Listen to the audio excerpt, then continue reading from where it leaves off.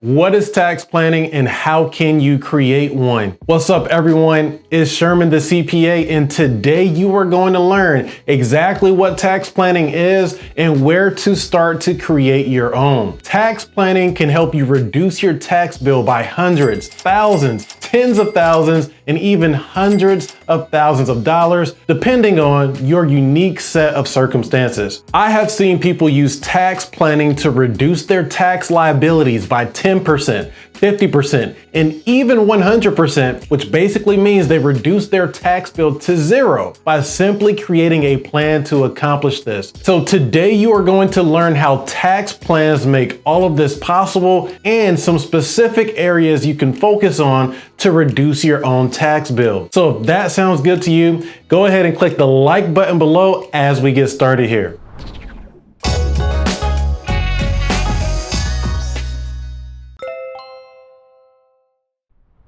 All right, so what is a tax plan? A tax plan is the analysis and arrangement of your financial situation to pay the lowest amount of taxes possible. Keywords here are analysis and arrangement. You have to first analyze your current tax situation, like the amount of income you report and the type of taxes you pay, for example. And then you have to arrange your financial situation in accordance with the tax law to reduce the amount of taxes that you will pay. So basically, if you want to change your tax, you must change your facts. The taxes you owe are due to the facts and numbers that you report on your tax return. So the goal of tax planning is to create a plan to change those facts so you can pay less tax. But you cannot begin to change those facts if you do not understand the most recent facts you reported on your last tax return. So let's go ahead and help you understand the top 3 things you need to know about your most recent tax return. All right, so number 1,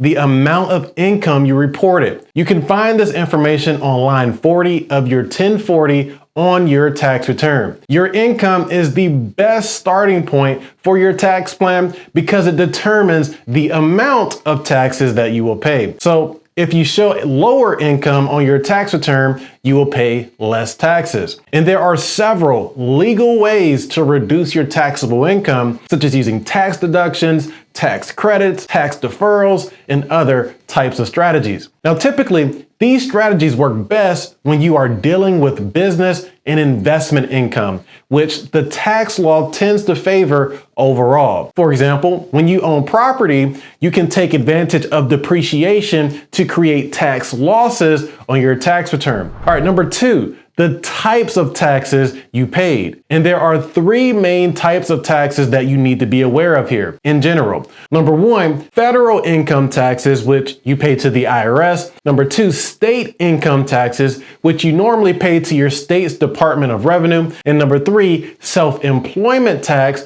which you pay to the IRS if you are self-employed. Now, it is important to understand the types of taxes you pay because each tax you pay has different tax rules. For example, there may be state tax deductions and credits that you can use to lower your tax bill, but those same strategies may not apply to federal income taxes and vice versa.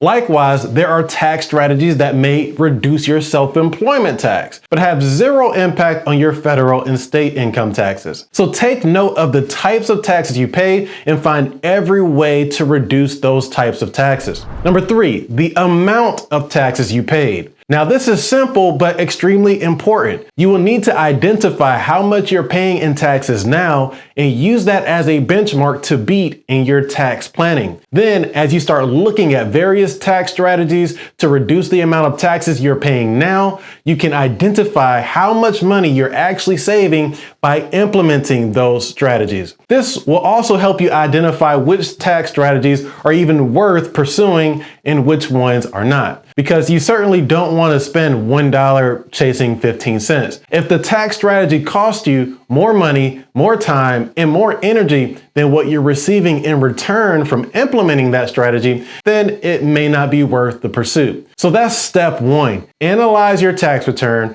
Find out how much income you're reporting now, the types of taxes you're paying, and how much of those taxes you're actually paying. Then you can move on to step 2, which involves changing your facts to change your tax. Now, there are probably 100 different ways you can change your facts to reduce your tax, but I want to give you the top 3 areas I tend to focus on to generate the most results for my clients, which are predominantly business owners and active investors. By the way, if you want a complete guide to reduce your taxes, then sign up for my tax savers course at mycpacoach.com. All right, area number 1. This is the first question you need to ask yourself. Which entity will reduce my taxes the most? Each business entity has different tax rules, which means there has to be one of these entities that will save you the most in taxes as a business owner. Some entities treat self-employment tax differently, like S corporations, and others treat income tax differently, like C corporations. Now, generally, the S corp tax status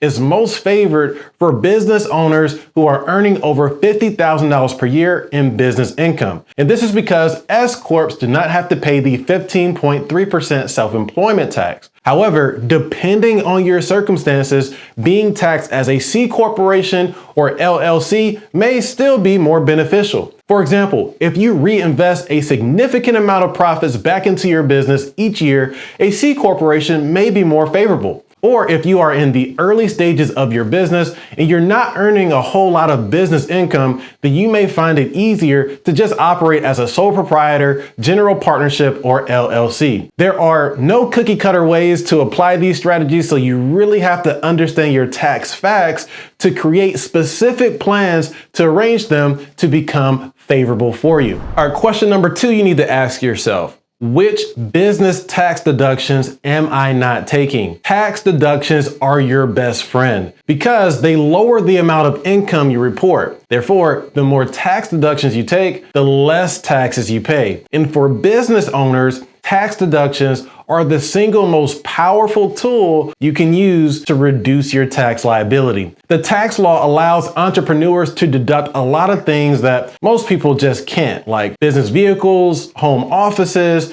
business meals, business travel, business equipment and technology, health insurance, and so much more. So always remember this, Section 162 of the tax law allows you to deduct all ordinary and necessary expenses incurred for your trade or business. This means that almost any expense can be deductible if it meets these requirements. All right, question number 3. What tax deferral accounts should I be taking advantage of to lower my taxes? Now, every dollar you deposit in a tax deferred account is a dollar subtracted from your taxable income, up to certain limits, of course. But the idea is that you can simply transfer money from one account to another account to lower your taxes. Now, these tax deferred accounts have different limits and rules regarding how you can access that money once you deposit it, so you need to plan around that, but otherwise they can be powerful instruments inside of your tax plan. So here are the most popular tax deferral accounts out there. Number 1, the solo 401k, which provides up to around $60,000 as a deduction. And number 2, the SEP IRA, which is an alternative for the solo 401k, but also can provide up to a $60,000 deduction. Number 3, the traditional IRA, which anyone can use, which provides a $6,000 to $12,000 deduction. And number 4, the HSA or health savings account, which also can add another $3,600 to $7,200 as a tax deduction if you decide to use it. As you can see, you can add thousands of dollars to these accounts to save thousands of dollars in taxes. Plus, you can invest the money into these accounts to build even greater long-term wealth. Now, I train on each one of these strategies in my Tax Savers course at mycpacoach.com. So if you want to learn how to use these strategies, click the link in my bio for a special discount to get started while we still have seats available. As always, thank you for watching, and I look forward to seeing you in the next episode. Talk to you soon.